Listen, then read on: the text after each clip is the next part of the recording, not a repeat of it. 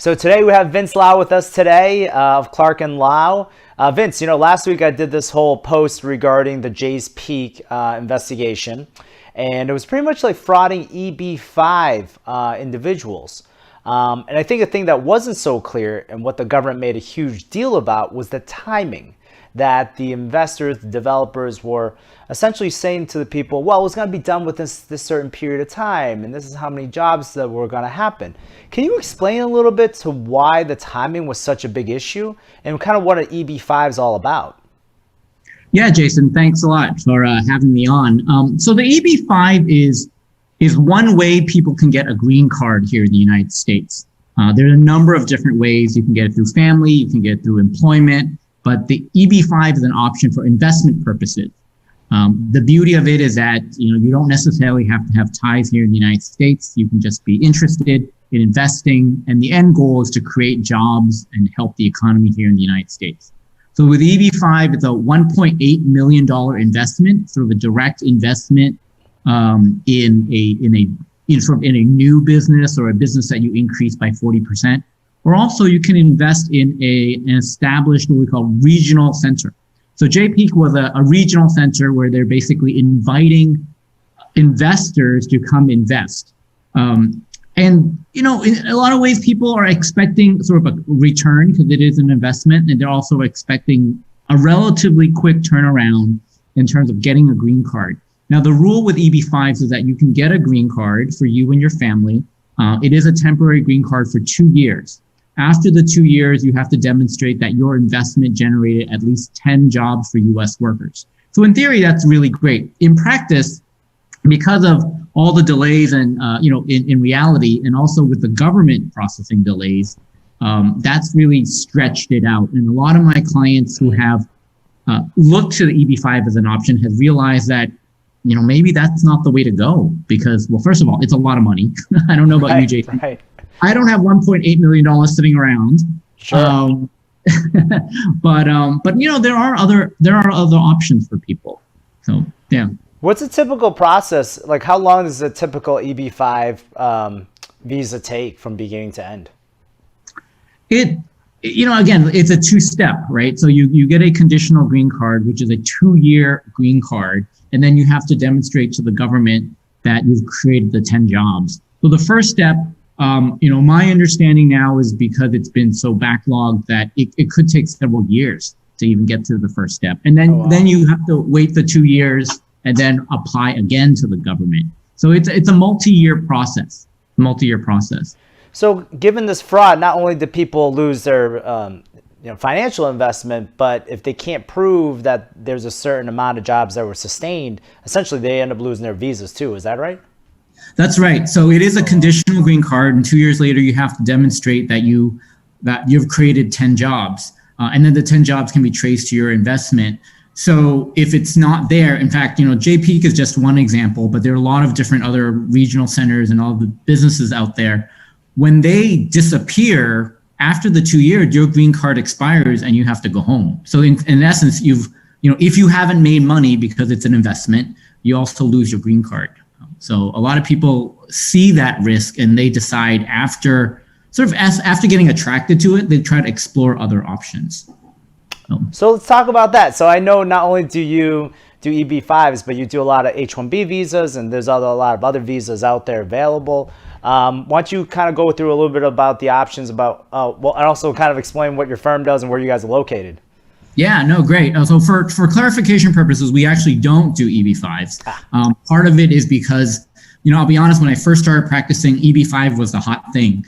I think in practice, because, for all the different reasons and delays, we've decided we're not doing it because clients end up not really benefiting that much from it.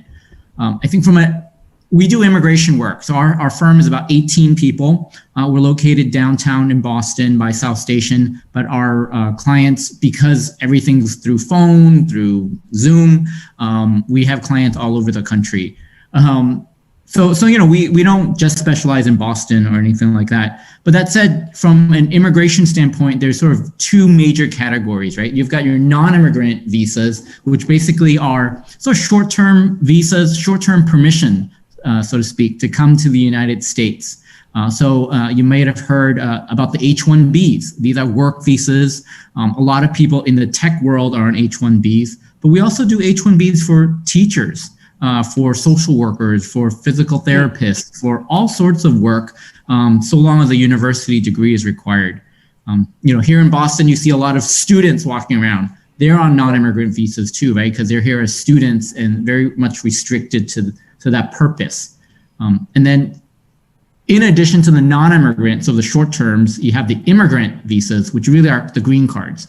And those are your typical, family sponsored, employer sponsored, and, and EB-5 is sort of the investment option for that. So I know you do a lot of the employment and the students. Are there particular countries that it's easier to get like an H-1B visa versus other countries, or is it all kind of like a level playing field? It's a level playing field. In fact, there is such a high demand for H-1Bs. There's a registration for a lottery, and the lottery period actually just started. So every year we have a lottery in mid-March. So this is perfect timing, where employers, so long as the job you're offering someone requires a university degree in a specific field, you can enter the lottery. The yield in the last several years has been about 30 to 35%. So it's not a very high yield on it.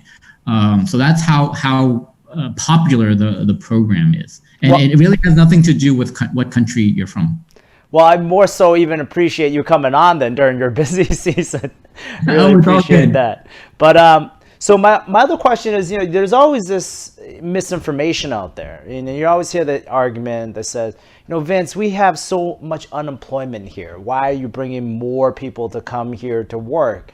And I'm sure there's a simple explanation. I'll let you explain that it's not really the situation. Unemployment might be high, but they're not really the jobs that people can fill. So why is it that H-1B is popular, and why would an employer spend all this money to try to get someone from a different country to come here? Because it's obviously more expensive for the employer too. Yeah, no, I mean, that's a good point. And I think that is the thinking that a lot of people, they wonder, like, why do you need foreign workers? So the interesting thing about the H-1B is that the job itself does require a university degree in a specific field. So I'll be honest, I've got a political science bachelor's degree, and I would not qualify for an H-1B, all right? So it's got to be something very specific. That's one thing. The other thing too is there is a wage requirement for the H-1B. And, so depending on the location and depending on the type of job, so it's definitely not cheap labor. And then most of the employers I work with, the people they hire are actually people who've gone to school here in the United States. So we've trained them all up in the United States. They've got all this education, and they want to stay here and they want to use their education for the U.S. Economy and the U.S. market. And employers usually will test them out a little bit, and when they want to keep them, they'll go for the H-1B. So it's not so much hiring people from abroad, sight unseen. Oh, I see. So it's a lot of like student visas that transition to an H-1B then?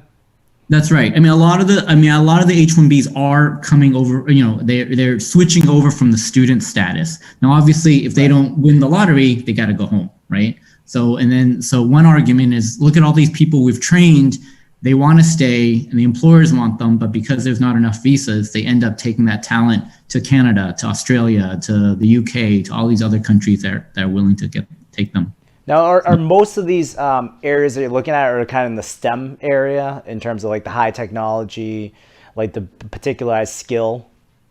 Yeah, so a lot of them are in STEM. I mean, a lot of the large companies are in STEM, the science, technology, engineering, and math fields. But we also have a lot of, like I said before, we have a lot of H-1Bs in other areas. Like in teachers, health care, that type of industry too. Yeah, and lastly, I've been hearing a lot about this like postdoc type of situation. Is that a different visa when people are here for like a 1-year postdoc and then they try to transition to a job, or is that still just an F1?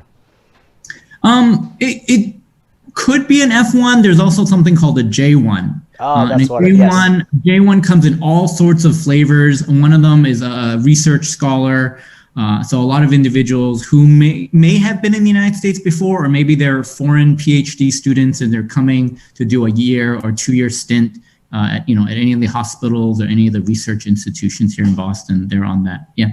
Oh, and is that also common for them to, not common, but another pathway to get to an H-1B is if they start with a J1 and kind of transition over?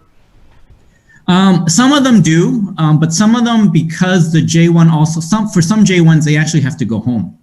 Oh, They have okay. to go home for a 2-year period. The idea is that it's an exchange, right? Right. You're coming to the United States to do some research, and then you're bringing that knowledge back home. And in those situations, you can't switch to an H1. Well, I guess the moral of the story is there's a lot of different options. EB-5 seems to be a lot of has a lot of bad news to it, but probably rightfully so. And there's also a lot of different flavors in terms of different solutions to a person's situation. So, and I have your information here, your website. I'm sure they can reach out to you directly should they have any questions. And I really appreciate your time for coming on today. Oh, no problem. Thanks for inviting me. It's always great touching base and catching up with you. Definitely. Next time when you come on, we're definitely going to talk more on the family side too. All right. Sounds good. Thanks, Vince. All right.